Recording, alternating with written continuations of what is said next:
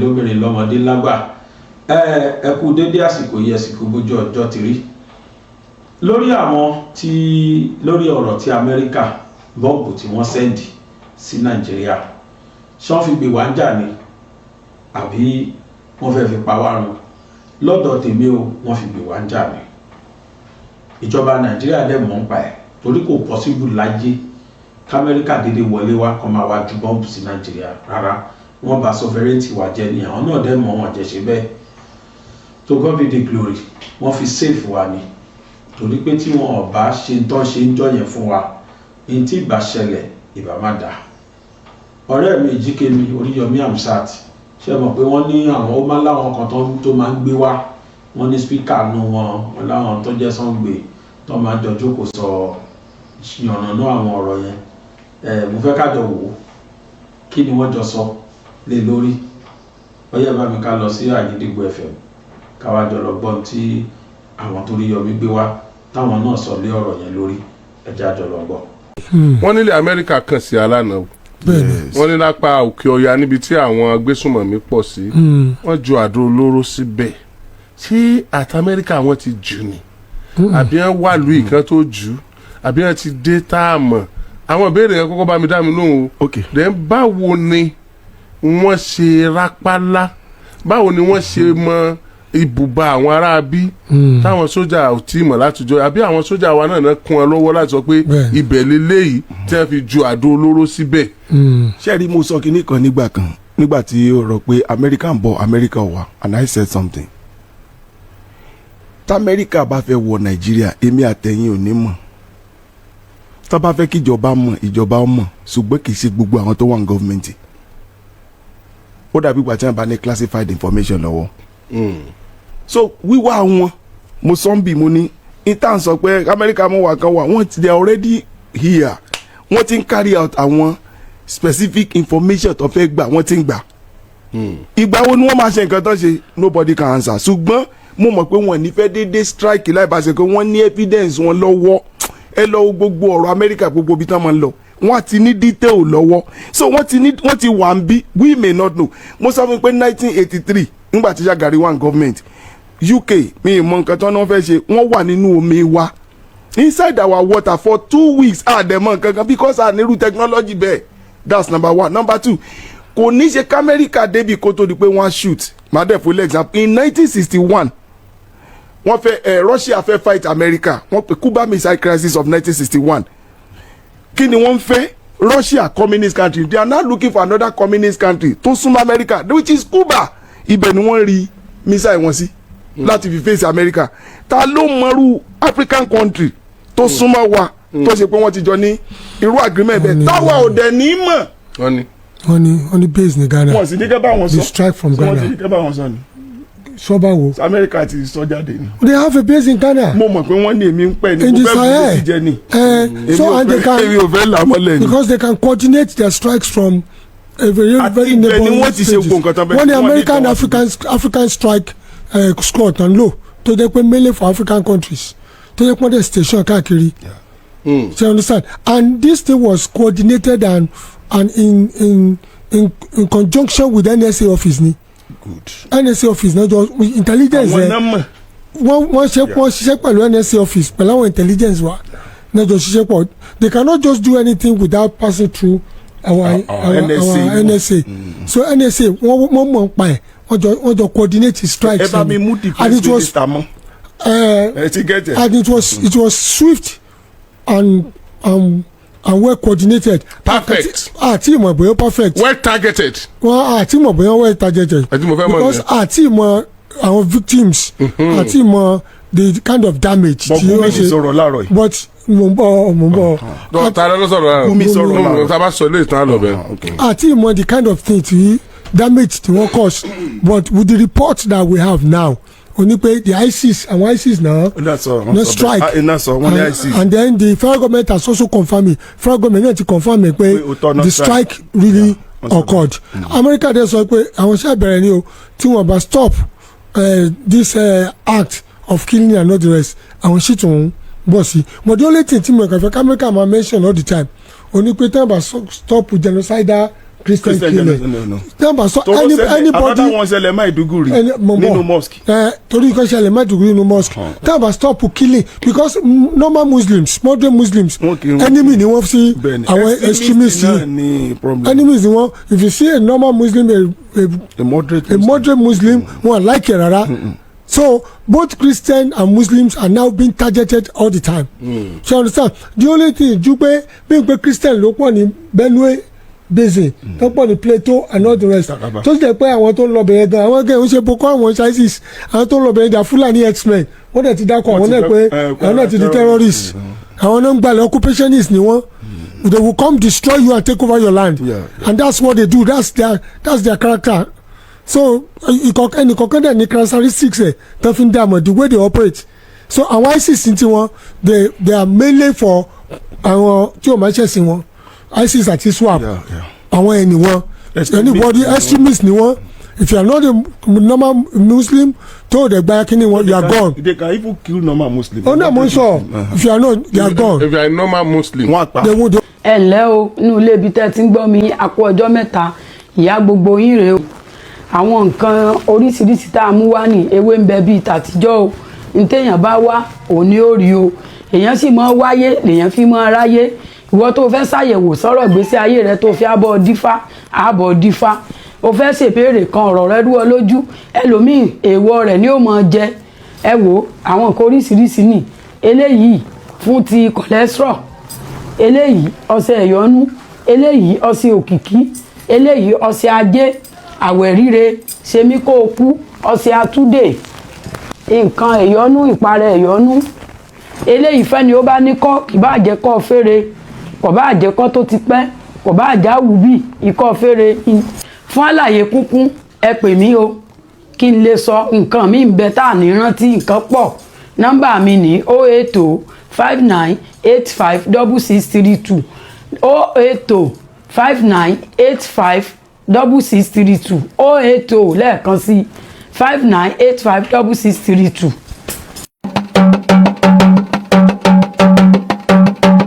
Àràbà TV ojú wa tó lé ojú wa tó kó. adó wọ́n pa moderate. because moderate Muslim non Muslim goes wọ́n ti kà wọ́n kún Christian infidel ni wọ́n. Are you getting what I'm saying? So they are all gone. Àwọn ISIS àti SWAP ti wọn Boko Haram ti wọn àwọn tí ń succeed ti wọn torí ọmọ ọ̀pọ̀lọpọ̀ school náà ti pa nítawọn sì fẹ́ ni pé wọ́n fẹ́ western education so if schools are being closed all the time you see as if they are succeeding what they were doing so government gbọ́dọ̀ dí àwọn in the face and return the schools back and ensure the students were safe kọ́dọ̀ ìrìn ìṣọ̀pọ̀ eliminate wọn so America has come. Wow. ẹ mọ tí mo kàn láì kéèyàn sọ̀rọ̀ kà sí bàbẹ́ ó ní iye ọmọlúwàbí o. ààrẹ sọ̀rọ̀ lẹ́nu ọjọ́ mẹ́ta pé àwọn ti iléeṣẹ́ ààrẹ pé àwọn ti ṣètò pẹ̀lú Amẹ́ríkà pé ká calm down. wọ́n ní sọ fún yìí classified information wọ́n ní sọ fún yìí wọ́n sọ pé calm down náà wọ́n ṣe yìí. ó lè jẹ́ pàrọ̀ ètò tí wọ́n ṣe náà lè ta. wọ́n ní calm down náà nìyẹn pé ẹ̀yin èèyàn mọ̀ wọ̀rí ẹ̀ ṣe calm down wọ́n sọ fún terrorists pé kó calm down. wọ́n ní discuss security. wọ́n lè sọ fún terrorists pé kó calm down terrorists cannot calm down. no nǹkan tí wọ́n sọ náà ni wọ́n ti sọ. ṣé pé kí ni ìdùn àwọn arẹwà kíní kan. no ẹ má ti lọ bẹ̀ nǹkan tó ṣẹlẹ̀ ẹ má ti jà lọ bẹ̀ ibi tí mo fẹ́ lọ gan ni pé tó bá ṣe pé casualties tí kì í ṣe ISIS bá wà nù wọn láàárọ̀ yìí ńgbà tí Gumi sọ̀rọ̀ yóò ti sọ mọ́. ẹ ti káàtẹ̀ tó lọ́dọ̀ Gumi ìròyìn tó wà ní yóò ti gbé. ní bomb blast kan ṣẹlẹ̀ lánàá bí. ní Maiduguri nínú mosque. yeah somebody now said Nigerian media are hypocrites. Okay. I want us to scrutinize that area, that particular statement. Yeah. Nigerian media are hypocrites. Do you see their headline yesterday? Instead of them to say bomb blast occur at the mosque, okay, they said bomb blast at eve of Christmas in Maiduguri. ẹ ṣe pé ẹni tó sọ̀rọ̀ yìí print inú ẹ máa gbọ́ print journalist ni wọ́n fèsì bá máa dẹ̀ sọ̀rọ̀ lé lórí ṣẹ́ni ẹ jẹ́ ká kọ́kọ́ kọ kíní kan sílẹ̀ pé lórí gbogbo proprietor àti publisher àti owner of media houses ní tí ó tajà àwọn ohun kọ̀ọ̀kan ṣe náà because nobody is giving them money they are àwọn ni wọ́n ń sáré bó ni wọ́n ṣe rówó wọn. but the fact pé wọ́n sọ kó ṣẹlẹ̀ ní mosque náà lè tajà wọn. ẹ máa gbọ́ ó lè ta it now depends on bọ́ bá ṣe káfù. thank you ṣe ti get ẹ̀sìn wọ́n á wo which one ló suit style wa àti nǹkan tá a fẹ́ ṣe that is on print. Number 2 is that the basic thing tá a fẹ́ gbọ́n bẹ̀ ni pé ṣé bẹ̀ yẹn ṣé wọ́n report ẹ̀ fine wọ́n report ẹ̀ but the way tán ṣe report ẹ̀ they may not like it ẹ wá já lọ báyìí majority of the national tabloid lẹ́ni west náà wà now nínú reporting mi sọ tẹ̀yìn tẹ̀ one broadcast reason ni pé ẹ lè gbọ́n sí kẹsàrí report ẹ̀ báyìí sàtìmbárí story nsìn ẹ get ẹ̀ sìn tí mo ṣe jẹ́ print journalist ọ̀làlẹ́ tó gbọ́ but ẹ̀yin ti sọ ẹ̀yin constant immediacy wà lọ́dọ̀ ẹ ti get ẹ̀ ṣùgbọ́n ọ̀la ní òtò bá jáde kò lè bọ́ọ̀nì jáde mọ́ therefore kọ́pẹ́ náà nírú newspaper tá a ní ń bì tó yẹ pé lẹ́kọ̀ọ́ bó ṣe wà evening newspaper wà tó yẹ pé pam nírọ̀lẹ́ wọ́n lè report ẹ̀. wọ́n ní broadcast ló gbé for the fact pé immediacy or delay kò yẹ kó change. kò change content ṣùgbọ́n wọ́n bury headline lẹ́yìn ẹnìyẹn sọ pé wọ́n bury headline mo wá sọ wọ́n nìyẹn ni wọ́n bury headline tẹ́nìyẹn fẹ́ kán lò ní pé kán lo screaming headline fún wípé mosque ni wọ́n bomb nǹkan kan bẹ́ẹ̀ ṣùgbọ́n style ẹni ilé iṣẹ́ kọ̀ọ̀kan ó yàtọ̀ síra wọn. style tí ó tajà wọn. style máa ń ní. opinion máa ń wà nù style. hidden one. ó máa ń wà.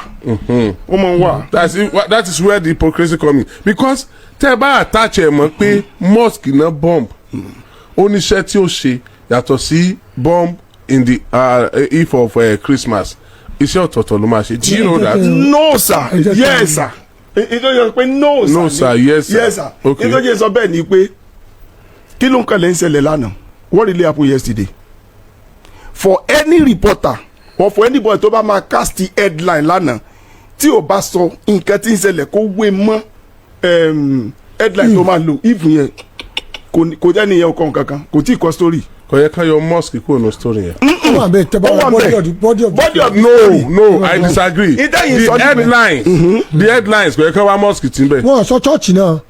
wọ́n sọ pé at the eve of Christmas yẹn it's as if the bomb blast is targeted at Christmas and at Christmas.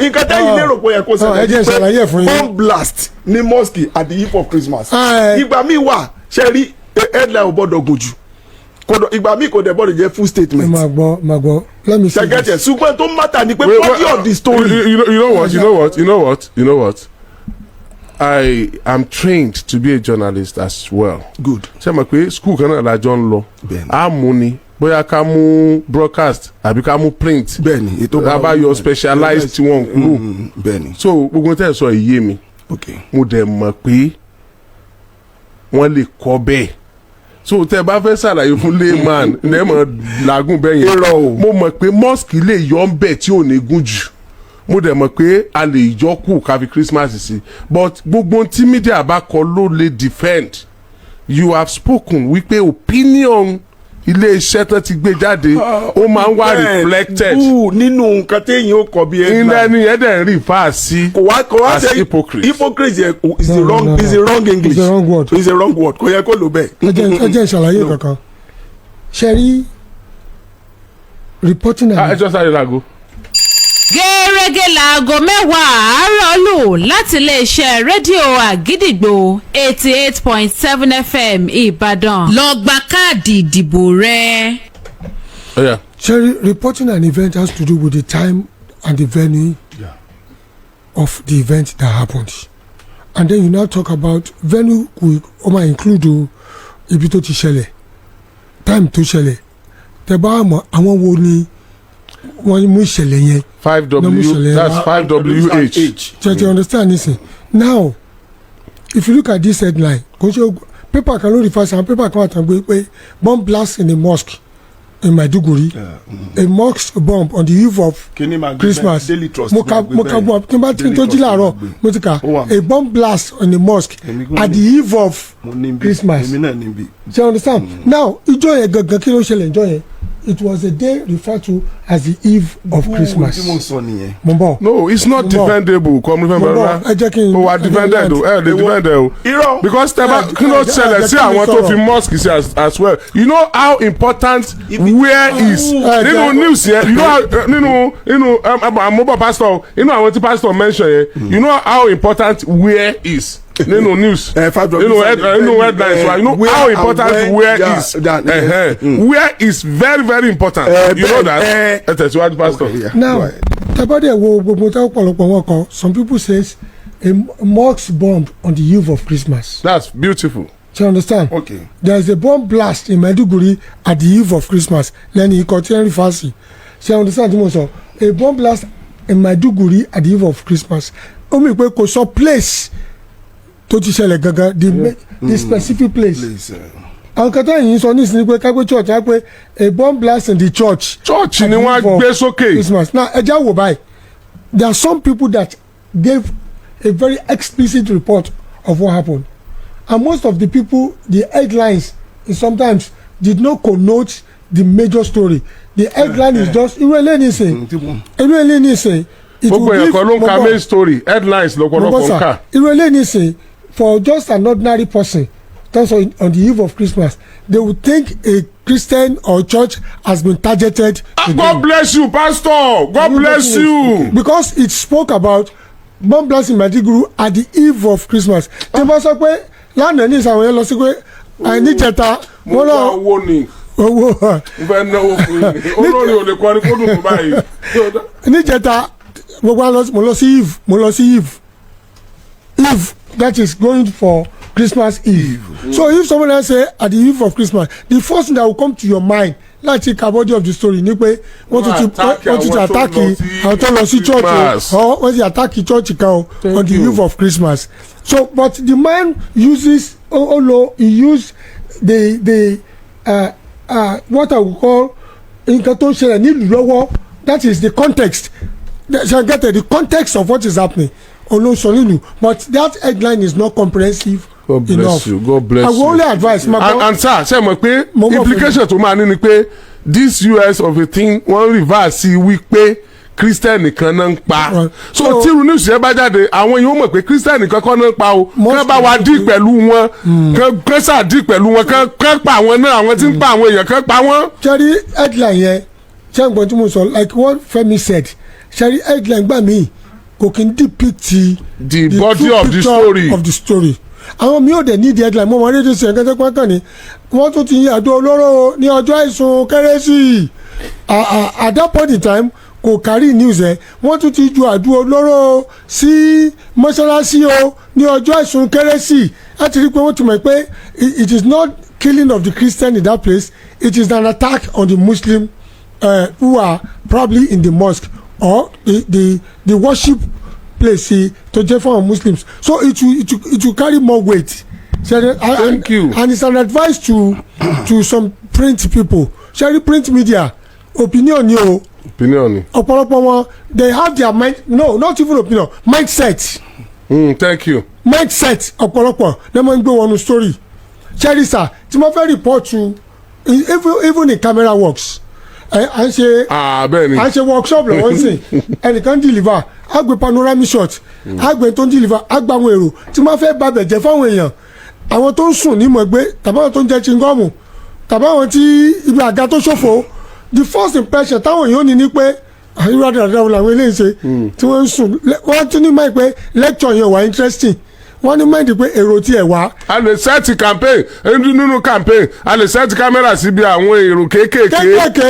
kámẹ́rà èrò pé àwọn èèyàn wà. wọ́n lè pé èèyàn tẹ̀lé wọn. wọ́n lè ní the people present at the campaign were very scanty and people did not turn up. èrò sì wá. èrò pọ̀ àwọn ògbé kámẹ́rà bíi ìrànpọ̀ sí. mindset ni so that's the but other news carry tẹ́bá wo bọ́dì ó dẹ̀ pẹ́nu prayer punch ní ìtẹ́sọ̀ tẹ́bá wo bọ́dì kìíní yẹn ó sọ̀rọ̀ pa a mosque but the impression it has for people in the first glance. yes. ó ní wípé maybe Christians have been attacked again. now ẹ jẹ́ kí n lọ báyìí two ways máa fi lọ mo fẹ́ ka bí the nation ṣe gbé nígbà tí wọ́n report the first kìíní wọ́n ní Arewa Consultative Forum that is ACF condemns Maiduguri mosque bombing urges vigilance. Beautiful. That's one. Yeah, good. Ó captivate nǹkan Ó captivate. Eléyìí tẹ́ ka lẹ́ẹ̀kan nǹkan tó ṣẹlẹ̀ ni pé bẹ́ẹ̀ ṣe ka yẹn ó wà inviting first. When you want to cast an headline according to Biodun, Professor Biodun Oni and Tunde Samoko, Professor Lebute, Kayode Angel, one thing tó wà important ni pé in tí ó sẹ́ẹ̀lì pépà yín ilẹ̀ máa kọ síbẹ̀. Of course. Ilẹ̀ máa kọ síbẹ̀. We are not supposed to use what we sell our paper alone. No. Magbo Femi. Okay. We are all. Okay. Even we do documentaries in broadcast. We cast news. We understand what we invite people and what we captivate and what you make them to stay glued to what you are saying. So understand, you may have an exciting headline, but not for revenue alone. Not to generate money alone. Ṣé publisher tó lọ yáwó lẹ́wọ̀n sọ yẹn. No. You cannot tó lọ gba loan. You cannot put tó lọ gba loan. Ẹ sọ fún pé kó má lọ tó wà captivate. No, farabalẹ̀. Ní kó má captivate. It will be so calculated to the extent that ẹ sáré lọ síbi paper láti lọ rà. Ẹ gbọ́ mi dáadáa clearly. Àwọn print journalists dey kò wọlé even if you use another thing. Baba editor can even change it. Wọ́n change ẹ̀ mọ́ ẹ lọ because wọ́n mọ. Ní wọ́n lè change ẹ̀. We are talking about the merits and the merits. House tie wà ń bẹ̀ ẹ lè run away from the house tie. Ìdẹ́mi kan go against the authority pé kì í ṣe hypocrisy. Ẹnìyàn understand the media. It's not hypocrisy but mindset ẹni. Ẹ mọ̀ gbọ́ ìjọba pè ní mindset fine ṣùgbọ́n mo mọ̀ yí pé whatever you want to write mo follow the house tie. Tí o bá follow rẹ̀ kò sí nǹkan nle something now tẹ́ bá lọ event as a broadcast person ẹ lè gbé síbi àwọn èèyàn tó ń sùn lọ́wọ́ ẹ lè gbé síbi ibi táwọn èrò ti pọ̀ it depends on.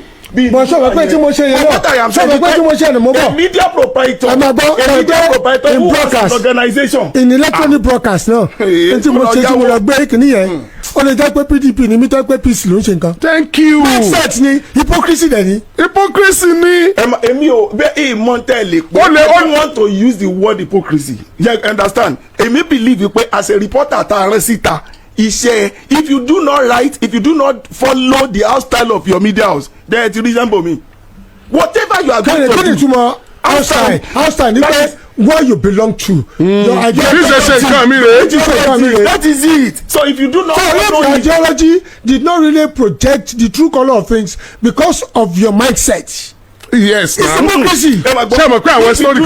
If you do not project what is happening on the kini then any media house whether print or kini ẹ fi iṣẹ́ ṣeré ẹ̀dẹ̀ àìmọye pépà tán sùn sí ẹ jẹ́ kí n rán ẹ létí kini kan ṣẹlẹ̀ pẹ̀lú gọ́fìnà kan lọ́yọ̀ state ńgbà kan tí wọ́n sọ̀rọ̀ nípa ó ṣe góòdì ó ṣòwò ní airport Heathrow ṣe pé PM ní sí gbé rọ̀lẹ́ ṣé kí ni gọ́fìnà yẹn sọ ó ní I'm going to sue billions of naira ló fi sue wọn ó dẹ̀ lé reporter méjì lọ nígbà tó fi má di 2 months tó pè wọ́n padà because ó mọ̀ pé kíní ò mọ̀ burú lọ sí ni if you do not report according to that ní print o kò ṣe ṣe ṣùgbọ́n what I know ni pé headline tẹ cast yẹn àwọn cast yẹn nítorí pé they want to sell their paper yes morally speaking. And they want the foreign body to also think Christians have been attacked. ìyálà hypocrisy ni. Morally speaking. ìyálà hypocrisy ni. I don't take it for that. àsìkò tí wọ́n sọ pé Christian nìkan náà ń pa táwọn sọ pé Christian nìkan kan náà ń pa wọ́n wá bọ́ọ̀bù mosque ọwọ́ fẹ́ gbé story ẹ̀ mosque wá disappear ní headlines you are not telling me it's not an hypocrite. No ìyálà hypocrisy ni. mi rí bẹ́ẹ̀. what are you telling me. ìdí mi ń tẹ̀ láti sọ ní pé. ina òsìrẹ́wọ́ ni o were conscious of the fragility in the presently in security perspectives presently in Nigeria that the US that are coming and claiming that it's only Christians that were killing and kò jẹ́ Christian nìkan náà pa wọ́n pa Christian wọ́n pa Muslim so that particular time wọ́n wá tún lọ bomb mosque your own headlines wọ́n wá sọ fún ẹ pé in-house ẹni pé you must remove mosque and you are telling me it's an in-house hypocrisy of the highest order hypocrisy go wọlé bẹ́ẹ̀ ṣé àmọ́ bí hypocrisy ti wọlé ṣé newspaper kan ló wà.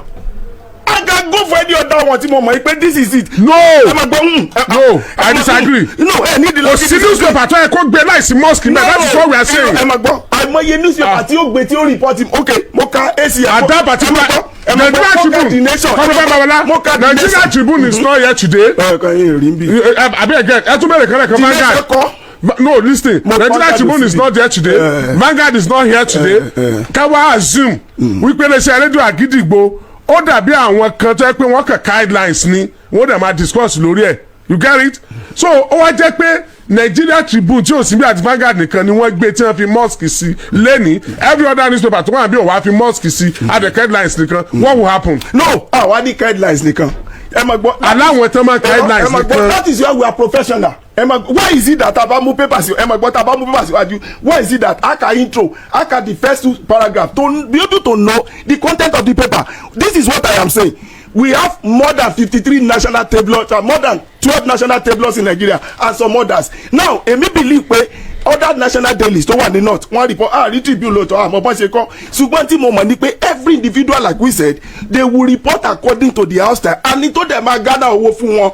Now ibi tí hypocrisy ti wà ní pé bọ́n ṣe wà á lè sọ pé okay let's go and get paper tàbí ká get ka content nǹkan tán sọ. How many people will go and get paper? As long as tó bá ti lẹ́sìn bá ti ní newspaper go ní dìmọ̀ pé kánmọ́kánmọ́ that is the money tó ṣe pé when you hold a paper look at the story kéye dẹ́ka so that èyàn lè ní fọ́ọ̀tì lọ́wọ́. Let me give you a summary sir. Let me give you a summary of these things. The truth is this: when an event happens, there are certain factors as a print journalist you have to put into perspective, and one of the things you put into perspective is what you are writing. Shengbo, of what significant effect will it have on what is happening in the society? Are you aggravating issues? Or you are calming Thank issues? Thank you. So when you are writing, you must write to calm issues, but not to aggravate. One.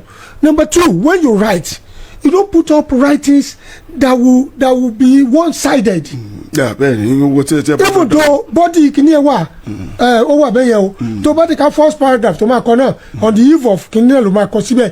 ẹ má sọ pé tí o kọ. mo bọ̀ let me land please. Okay.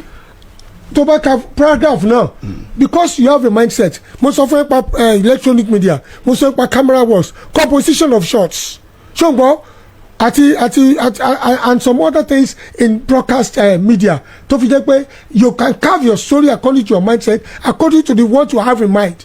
You can cast your story according to ntopeni house kilo pe say house style. If a politician holds my media house kind politician ni táwọn èkó bá ń gbé story pé ẹni ẹ ṣe dáadáa I can magnify pé many people died ó dẹ̀ jẹ́ pé mẹ́ta ló kú many náà ní mẹ́ta so it depends mindset matter so much nínú gbogbo táwọn èèyàn gbé I don't want to flop these issues. Then we know one thing America ṣe ń bomb Nigeria ni because of the so-called Christian genocidal thing tan so. Now if a newspaper want to carry it now ṣẹ́gbọ́n and you want to douse the tension to ensure wípé things were brought into proper perspective objectively you have to carry pé ensure pé mosque ni wọ́n bomb at this time around even though it was on the eve of Christmas you can say a mosque was bombed on the eve of Christmas that is quite good enough or Christmas Eve witnesses a bomb blast in a mosque so many things ló lè jáde so mindset ni ẹ má jà flop ẹ. irọ́ kìí ṣe flop ibi méjì péré mo kàn fẹ́ lọ there was a day time discussing it mo sọ pé èyàn lè wà subjectively objective ṣe ti wá agree lónìí báyìí pé èyàn lè wà subjectively torí ẹ̀yin méjèèjì lẹ́tà kò mí mo ní kò sí a reporter you are going to be subjectively objective you said no ṣe ti wá nísìnyí even camera work and do the work of subjection. àwọn náà ti sọ lẹ́ẹ̀kan. mo sọ náà but nígbà tí mo sọ ń gbà yẹn tábà lè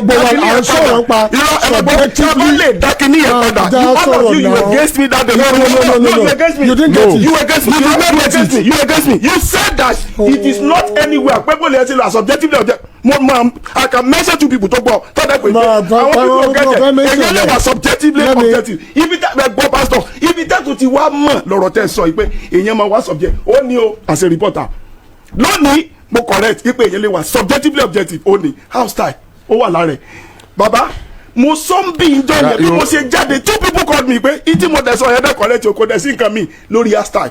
You be subjective to your house style. To your house style you got it okay you report an event now event is ẹlẹ ṣùgbọ́n you don't capture what you suppose to capture immediately because of your house style. jẹ́sọ̀rọ̀ ṣẹ́rí the subjectively of subject you are talking about à ń sọ pé aberration ni à ń sọ pé kò ṣẹlẹ̀ What we say? Babaro, I argue on several places. Let me jọ. Let's just say. No, Pastor, this is an aberration. This is an aberration. Torí ìdọ̀tí yẹn fẹ́ pa ṣé mo wà lọ Nàìjíríà ni. Ó fa bàbá ẹgbẹ́ ìṣẹ̀lẹ̀ ìta sọ pé majority of the people that law school they were not able to defend their certificate. Ìlú bá wa débi ìlà fi sọ pé ọ̀pọ̀lọpọ̀ kàn gba sàtí ṣùgbọ́n ní tó jókòó class. Ẹ ti sọ ti ẹ jẹ́ kí n sọ tèmi tí èèyàn bá jókòó class tó farabalẹ̀ tí wọ́n máàkì attendance tó jókòó tí lecturer sọ̀rọ̀ you be able to write it down. Kọ́lá ọlọ́mìdé ó dùn mí pé bí mo ṣe kúrò mi ló pè mí pé ìtí mo dẹ̀ sọ correct o you understand me kò sí bẹ́ẹ̀ ṣe ni wọ́n subjectively objective ọ̀rọ̀ ẹ̀ ló gẹ́gẹ́ kí kíní wa jáde kí producer wa kíní sórí yẹn jáde. You are just blabbing. Pastor, yes, but the one I am really afraid is not blabbing. We are laying down precedents of what has happened. Now listen to me very well. And this is not a matter of shouting. No, but you know I will talk on my tone. I will talk on my tone. Listen to me. What we are talking about is there are certain things that are happening that are an aberration. Who defines aberration? I could define an aberration. I can define aberration. He can define an aberration. Okay, so that means to say, if you do not have a very basic conclusion of what aberration is supposed to mean, then aberration could be aberration are things that are not normal. Who defines it? That are not normal. Who defines it? Occurrences. Events can define it. Yeah, which of the events?